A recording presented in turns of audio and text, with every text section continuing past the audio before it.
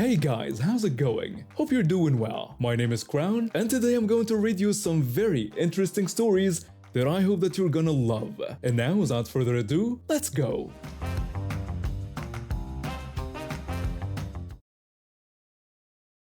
I'm 32 years old and have dealt with my height my entire life. At 4 feet 8 inches, I'm shorter than most people expect an adult to be. It's something I've learned to live with, but it still stings when people treat me differently because of it. My daughter just turned 10 last month, and she's already 4 feet 10 inches tall. The doctors say she'll probably end up being around 5 feet 6 inches when she's done growing. I'm happy for her that she won't have to deal with what I've dealt with, but sometimes it's hard when your own kid towers over you. For her birthday, I decided to take her and her younger brother to I Play America in Freehold. It's this huge indoor amusement park with arcade games, rides, and go-karts. The kids had been begging to go there for months, and I figured it would be a fun way to celebrate. We spent the first couple hours playing arcade games and going on some of the smaller rides. The kids were having a blast, and honestly, so was I. Then we made our way over to the go-kart track. This is where things went downhill fast. My daughter was practically bouncing with excitement when we approached the track. She'd never driven a go-kart before, and neither had I. The attendant at the entrance was this college-age guy who looked like he'd rather be anywhere else. The attendant called for the next group to step forward for the height check. My daughter walked up first and he measured her against the height marker on the wall. He told her she was good to go and could drive by herself. Then it was my turn. I walked up to the height marker, already feeling that familiar knot in my stomach. The attendant looked confused for a second, then measured me. He apologized but said I didn't meet the minimum height requirement and would need to ride as a passenger with someone else who could drive. I asked him to excuse me and pointed out that I was an adult while my 10-year-old daughter was taller than me and he was letting her drive. The attendant explained that the height requirement was 4 feet 10 inches minimum to drive and it was for safety reasons. I told him this was ridiculous. I explained that I had a driver's license and had been driving cars for 16 years. I asked if he was really telling me I couldn't drive a go-kart but my 4th grader could. The attendant just shrugged like it wasn't his problem. Other families were starting to line up behind us, and I could feel everyone staring. My face was getting hot with embarrassment. I demanded to speak to his manager. A few minutes later, this woman in her 30s wearing a supervisor badge came over. She asked if there was a problem. I told her that her employee was discriminating against me because of my height, and that this was humiliating. I pointed out that my own child was allowed to drive, but I wasn't. The supervisor said she understood my frustration, but they had strict safety guidelines they had to follow. She explained that the height requirement ensured that drivers could properly reach the pedals and see over the steering wheel. I told her that someone had given me an exception here before. I explained that I had come here 2 months ago with my sister and they let me drive then. This was true. My sister had brought her kids here for her son's birthday, and when we ran into the same issue, the manager on duty that day had made an exception after I explained the situation. The supervisor said she didn't have any record of that and couldn't make exceptions to safety policies. I asked her if she was telling me that this place had discriminated against me before by letting me drive when I shouldn't have been allowed to, or if they were discriminating against me now by not giving me the same treatment other customers received. The supervisor looked uncomfortable. Other families were definitely watching now, and some kids were starting to whisper and point. I told her this was completely unacceptable and that I was being humiliated in front of my children and other families because of something I couldn't control. That's when I heard it. A group of teenagers standing nearby started snickering. One of them asked if I was seriously having a meltdown over go-karts. Another one called me a Karen and said I was literally shorter than that little kid. A third teen said that Karen needed to speak to the manager about her height problem. The teens started laughing and a few other kids joined in. I felt my face burning with shame and anger. I asked the supervisor if she was going to do something about these kids harassing me. The supervisor said she would ask them to move along, but the damage was already done. The supervisor walked over to the teens and said something to them, but they just moved to a different spot where they kept making comments loud enough for me to hear. One teen said I probably needed a booster seat in my car too. Another suggested someone should get me some platform shoes. My daughter was looking mortified, and my son was starting to get upset seeing me so angry. The supervisor offered me a full refund for the day if I wanted to leave. I asked if a refund was her solution and pointed out that she was letting these kids humiliate me, and her answer was to kick me out. I told her I wasn't leaving. I explained that I had paid for my family to have fun there, and she was going to find a way to make this right. The supervisor disappeared for about 10 minutes, probably calling her manager. When she came back, she had this defeated look on her face. She said that, against her better judgment, she was going to make an exception this one time. She explained that I would need to sign a waiver acknowledging that I understood the safety risks. By this point, I was so angry and embarrassed that driving the go-kart wasn't even fun anymore. The teens had moved on, but I could still hear occasional comments from other kids who had witnessed the whole scene. After we left that day, I kept thinking about how I'd been treated. The more I thought about it, the angrier I got. This wasn't just about go-karts. It was about being treated with basic respect and dignity. I decided to consult with a lawyer about what had happened. I wasn't looking for a big payday. I just wanted the place to take responsibility for allowing their guests to harass other customers. The lawsuit wasn't about the height requirement itself, it was about iPlay America's failure to provide a safe environment free from harassment. They had a responsibility to protect their customers from being bullied and humiliated by other guests. The trial was frustrating. iPlay America's lawyers kept trying to make it seem like I was just being oversensitive. They argued that they couldn't control every word spoken by their customers and that kids making comments wasn't their responsibility. Trial went on for weeks. Witnesses testified about what they saw and heard that day. The teenagers who had made the comments were brought in and they tried to downplay what they'd said. When the trial court ruled against me, I wasn't surprised, but I was disappointed. The judge said that while what happened was unfortunate, iPlay America couldn't be held responsible for spontaneous comments made by other guests. I appealed the decision because I believed this was about more than just kids being kids. This was about businesses having a responsibility to maintain a respectful environment for all their customers. The appellate court upheld the lower court's decision. They agreed that what happened was unpleasant, but they didn't think iPlay America could be held legally responsible for the comments made by other guests. I lost the case, but I don't regret fighting it. After my parents divorced, soccer became my outlet for stress and energy. I had been playing since I was 8, and now at 16, I was good enough to be on the varsity team. The Korean classes started because I wanted to connect with my heritage on my mom's side. Piano had been with me since I was 10, and painting was something I picked up last year when I needed a quieter, creative space. My mom pays for half my activities, and my dad covers the other half. Plus, he drives me to most of them. We worked out this system after the divorce, and it had been smooth sailing. I use my own babysitting money for art supplies and other small expenses. The schedule is tight, but I love it. Soccer practice 3 times a week, Korean lessons on Tuesday and Thursday, piano on Saturday mornings, and painting class on Sunday afternoons. Everything changed 6 months ago when my dad married Kim. She moved in with her 2 kids, a 12-year-old daughter and a 10-year-old son. At first, things seemed okay. Kim was polite and her kids were quiet. But after about 2 months, Kim started making comments. Kim mentioned that my schedule looked really packed and asked if I thought it might be too much. I told her I liked staying busy because it kept me focused. She just nodded, but I could tell she wasn't satisfied with my answer. The comments kept coming. During dinner one night, she brought up family budget and time management concerns. My dad asked what she meant. Kim explained that with all my activities, there was no room for her kids to join anything. She said soccer alone took up 3 afternoons a week and piano lessons were expensive.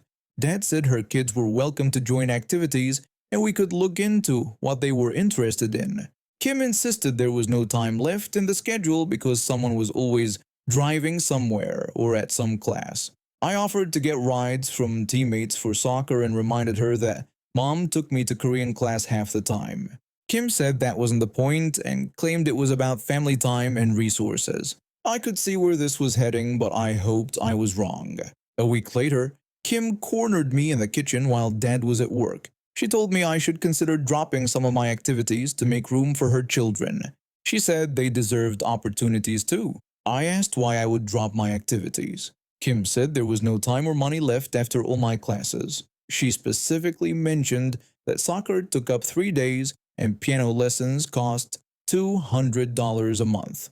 I pointed out that she wasn't paying for my classes and wasn't driving me around, so it wasn't her business. Kim insisted she was part of the family now and everything affected everyone. I got frustrated and told her maybe she should ask their real dad to pay for activities and drive them around. Then I added that, oh wait, he was a deadbeat who didn't pay child support, so maybe she shouldn't have had kids with him.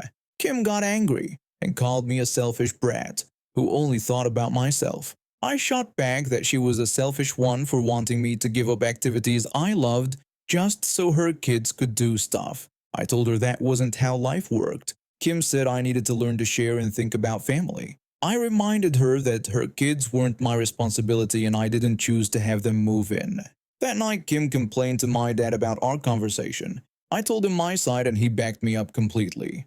Dad explained to Kim that my activities were important and already paid for with transportation handled. He said her kids were welcome to join activities, but not at the expense of my existing commitments. Kim asked if that meant her children mattered less. Dad clarified that wasn't what he meant and said we could budget for additional activities. Kim demanded to know with what money and time. Dad said we would figure it out, but Kim didn't let it go. Every few days brought a new argument about my schedule. She complained that I was never home for family dinners because of practice. She said the piano was too loud when her kids were doing homework. She even suggested I switch to less expensive activities. The breaking point came 3 weeks ago. I got home from soccer practice to find Kim had called all my activity coordinators to ask about their cancellation policies. I confronted her about calling my coaches and teachers. Kim claimed she was just getting information. I told her she had no right to do that because these were my activities. Kim insisted she was trying to help the family find balance. I accused her of sabotaging my commitments. Dad walked in during our argument and asked what was going on. I explained that Kim had called my soccer coach, Korean teacher, piano instructor, and art teacher asking about cancellation policies. Dad turned to Kim and asked if she really did that. Kim defended herself by saying she was exploring options for better family integration. Dad told her those weren't her calls to make. Kim said she was trying to create space for her children. Dad responded that we would create new space without taking away what was already working. The argument escalated until Kim stormed out of the room. Later that night, I heard them talking in their bedroom. Kim was crying and saying I didn't respect her as a stepmother. Dad was explaining boundaries and how families blend without erasing what existed before. Last week, Kim tried a different approach. She had her kids ask me directly why I didn't want them to do activities. I explained that I did want them to do activities and hoped they would find things they loved like I found things I loved.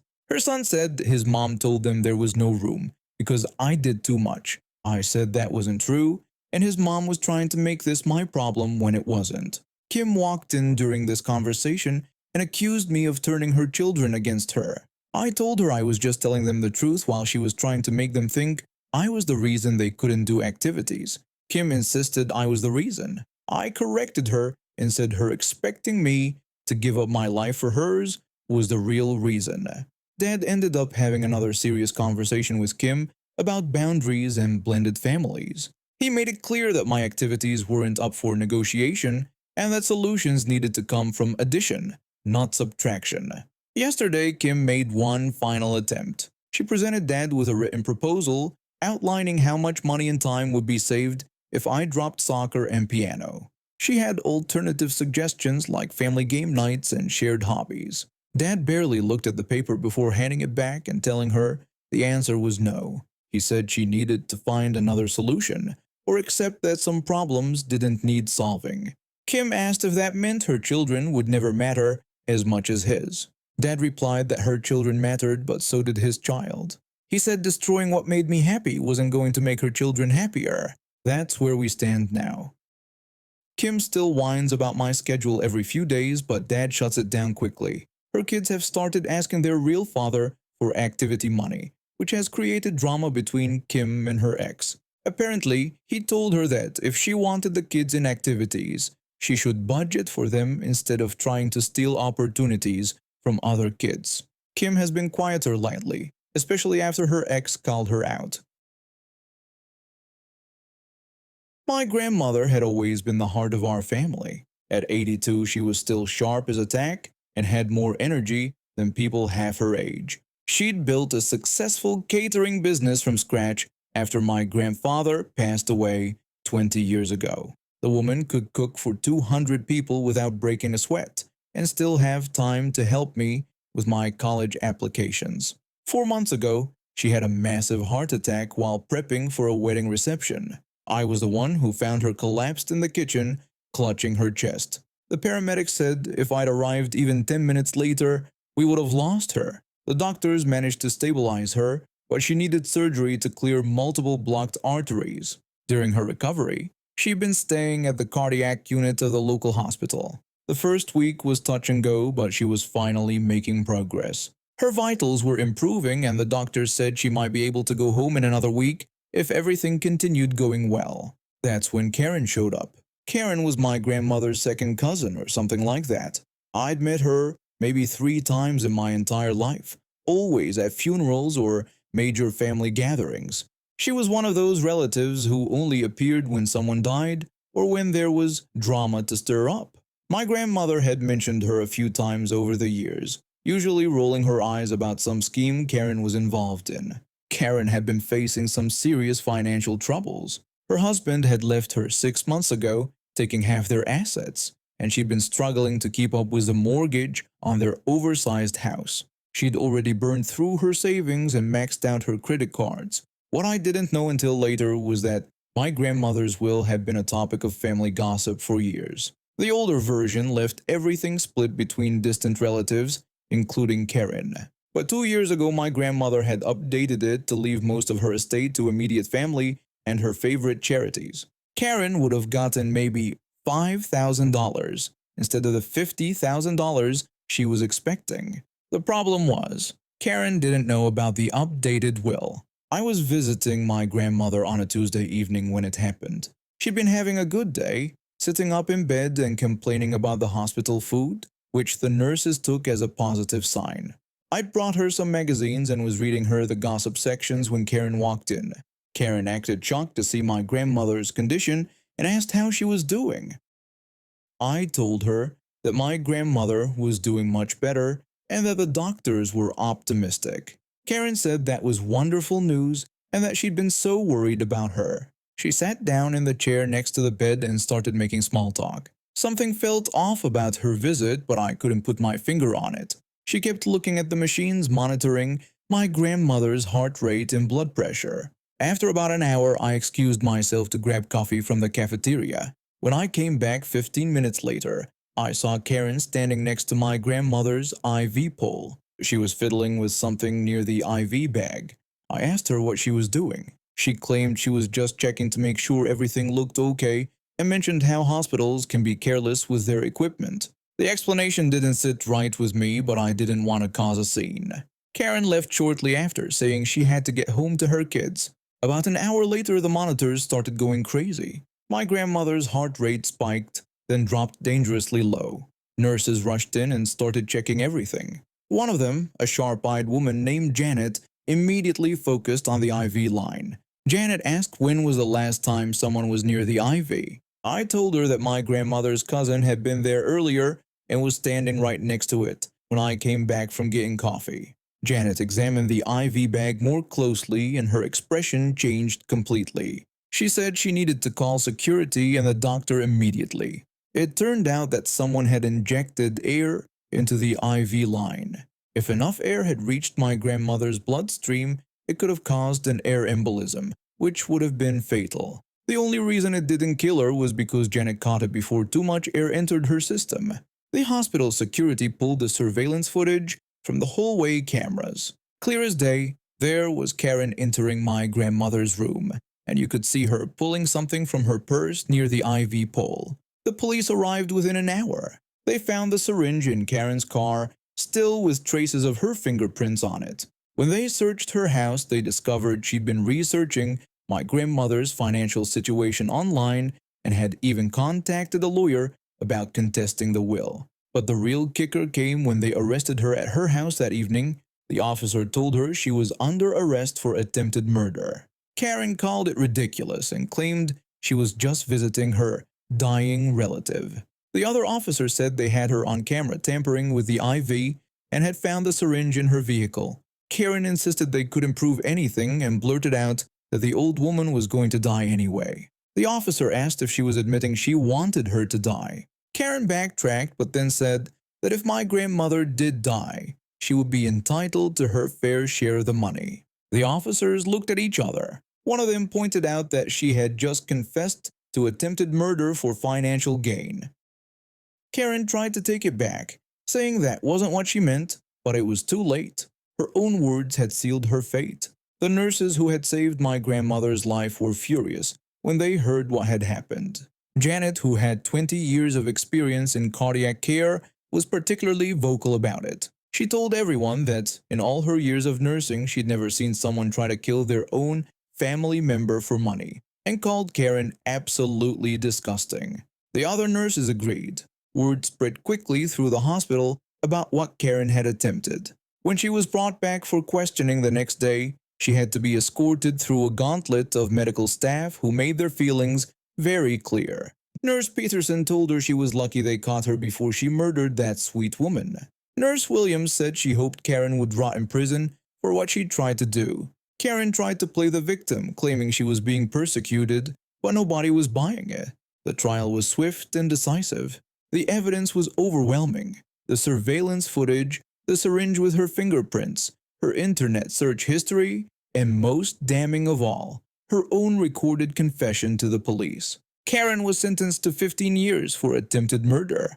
Her house was foreclosed on while she was awaiting trial, so she lost everything she'd been trying to steal anyway. My grandmother made a full recovery and returned home 3 weeks later. When she heard the full story of what had happened, she was more angry than scared. She told me that Karen was a foolish woman who nearly killed her for money. She was never going to get anyway. I asked her what she meant. She explained that she had changed her will 2 years ago, and Karen would have only gotten $5,000, not the $50,000 she thought she was entitled to. The irony was perfect. Karen had tried to commit murder for an inheritance that didn't exist. My grandmother is now 83 and still going strong. She is back to running her catering business and has added an extra security system to her house, just in case any other distant relatives get ideas. Karen is currently serving her sentence in state prison. After months of being focused solely on my career and recovering from a previous relationship that had ended amicably but left me emotionally drained, I wasn't looking for anything serious. But sometimes life has other plans. We started texting daily after that first meeting. Coffee dates turned into dinner dates, which turned into weekend trips to nearby cities. He was different from anyone I'd dated before. He actually listened when I talked about my work stress, remembered little details about my family, and never once made me feel like I was asking for too much. For the first time in years, I felt genuinely excited about someone. By month 3, we were spending most weekends together. He'd drive an hour just to bring me soup when I was sick. I'd rearrange my schedule to attend his company events. We talked about future plans, not in a heavy way, but in that natural way couples do when they're falling for each other. He mentioned wanting to travel more, and I started researching destinations we could visit together. The first time he told me he loved me was during a random Tuesday night while we were cooking dinner at my apartment. Nothing dramatic or planned. I was stirring pasta sauce and complaining about my boss, and he just looked at me and said it. I said it back right away because I meant it. For 6 months, everything felt right. Then he got the opportunity to go to Europe for work, a month-long project that could really advance his career. I was excited for him, even though I'd miss him terribly. We talked about him extending the trip for a few extra days so we could video call and he could show me around virtually. The night before he left, we made plans for a special dinner when he got back. The first week we texted constantly. Time zone differences made calling difficult, but he'd send photos of his hotel, the office building, random street art he thought I'd like. Week 2, the messages became less frequent. I figured he was getting busy with work and adjusting to being in a different country. Week 3, I got maybe 3 texts total. By week 4, nothing. I tried calling. Straight to voicemail. I sent a few texts asking if everything was okay, if something had happened. Nothing. When he was supposed to return, I even checked if his flight had been delayed or cancelled. It hadn't. He was just gone. For months, I drove myself crazy trying to figure out what I'd done wrong. Had I been too clingy? Not supportive enough about the trip? I replayed every conversation we'd had before he left, looking for clues. My friends were incredible, but their reassurances that it wasn't my fault felt empty when I was lying awake at 3 in the morning wondering why someone who said they loved me could just disappear. It took me almost a year to stop checking his social media obsessively. Another 6 months before I could go on a decent date with someone else. Even then, I found myself holding back, afraid to trust completely. The whole experience had shaken my confidence in ways I hadn't expected. 2 years later, I was in a much better place. I'd gotten a promotion at work, moved to a better apartment, and was genuinely happy with my life. But every so often, usually when I was having a good day, I'd think about him and feel this flash of anger. Not heartbreak anymore, just pure annoyance at how cowardly he'd been. That's when the idea hit me. I remembered him mentioning his ex a few times early in our relationship. Nothing dramatic, just casual references to someone he'd dated for a couple of years in college. I'd never felt threatened by her because he'd spoken about her kindly, but clearly as someone in his past. I even remembered her name and that she lived in another state. Finding her on social media took about 10 minutes. I stared at her profile for a while, trying to figure out what to say. Finally, I just went for it. I sent her a message explaining that this was going to sound really random, but we needed to talk about her ex. I told her I dated him for 6 months, and he completely ghosted me after telling me he loved me. I admitted I knew it was weird, but I had to reach out. I hit send before I could talk myself out of it. I honestly expected her to either ignore me or tell me I was crazy for contacting her about some guy she dated years ago. She responded within an hour. Her reply made me gasp out loud. She said she couldn't believe what she was reading. He had done the same thing to her. They had dated for 2 years and he just vanished one day. She had been wondering what was wrong with her this whole time. We ended up messaging for hours. The similarities in our experiences were almost funny if they weren't so awful. He'd used the same lines on both of us, had the same patterns of behavior, even had similar excuses when he needed space. But more than that, we discovered we had a lot in common beyond just having terrible taste in men. We both worked in creative fields, loved the same obscure documentaries, and had an identical sense of humor about the whole situation. What started as commiseration turned into genuine friendship. We started texting regularly, not even about him anymore, just about our lives. 3 months later, she mentioned she was planning to visit my city for a work conference. I suggested she extend her stay and we could hang out properly. She loved the idea. The weekend she visited was honestly one of the best I'd had in ages. We did all the touristy things I never bothered with as a local, tried restaurants I'd been meaning to visit, and just talked for hours. She was exactly the kind of person I would have been friends with, regardless of our shared history. We took tons of photos during our weekend together. Normal friend photos. The kind you take when you're having a great time and want to remember it. Selfies at brunch, pictures of us laughing at some ridiculous street performer, group shots with other people we met. It wasn't until we were going through them later that she mentioned something that made us both grin wickedly. She pointed out that he had blocked me on everything, but he still followed her. He was probably going to see all these photos. I asked if she was going to post them. She told me she was planning to anyway. She always posted when she traveled, but knowing he was going to see them and probably lose his mind was just a bonus. She posted the photos over the next few days, just like she normally would. Casual captions about having a great time exploring the city, trying new food, meeting cool people. Nothing that directly referenced him or seemed calculated for his benefit. Just two friends having fun together. We never saw his reaction directly, but a mutual friend later mentioned that he'd seemed really agitated about something and had been asking weird questions about whether people we both knew were still in touch with me. The mental image of him seeing those photos and realizing his two exes had found each other and were having a blast without him was more satisfying than any direct confrontation could have been. Our friendship was completely genuine. Yes, there was definitely some petty satisfaction in knowing he was probably freaking out, but mostly I was just grateful to have met someone who understood exactly what I'd been through and had helped me realize that his behavior said nothing about my worth as a person. We joked about taking our revenge further, maybe creating fake social media accounts to really mess with his head, but honestly, we were both too busy enjoying our actual lives to put that much energy into someone who'd already wasted enough of our time.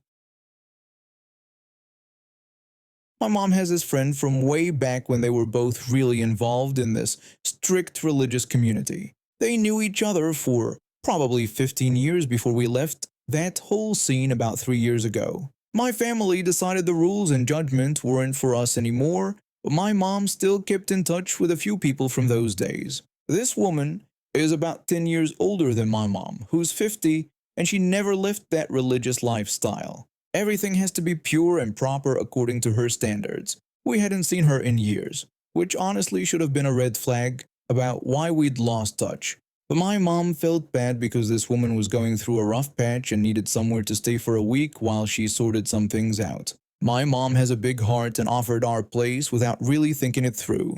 The woman accepted immediately. From day one, I knew this was going to be a disaster. I'm 22 and I've got my own way of doing things. I curse when I'm frustrated, I make jokes that aren't exactly church appropriate, and I watch whatever I want to watch.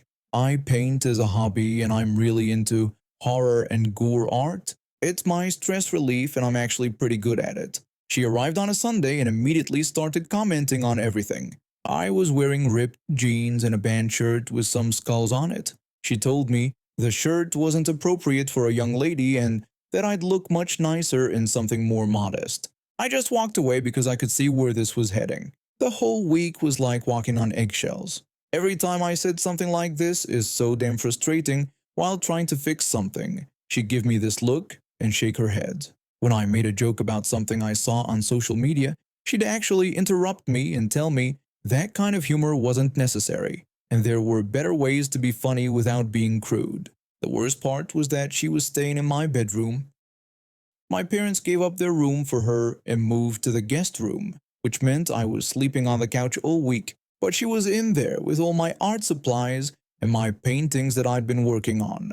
One morning, I went in to grab some clothes and caught her looking at one of my paintings. It was this really cool zombie piece I'd been working on for weeks. She said it was very disturbing and she didn't understand why anyone would want to create something so violent and dark. I told her it was just art, and that horror art was a legitimate style and I enjoyed creating it. She just made this disgusted face and turned away. Every single place we went that week was a battle. My mom wanted to take her to this nice restaurant, but she complained it was too loud. We tried going to a museum, but she didn't like that some of the art had nudity in it. Even grocery shopping became this whole thing where she'd comment on what we were buying and suggest we get fruit instead of junk food for movie night. By Thursday, I was so fed up I just stayed home when they went out.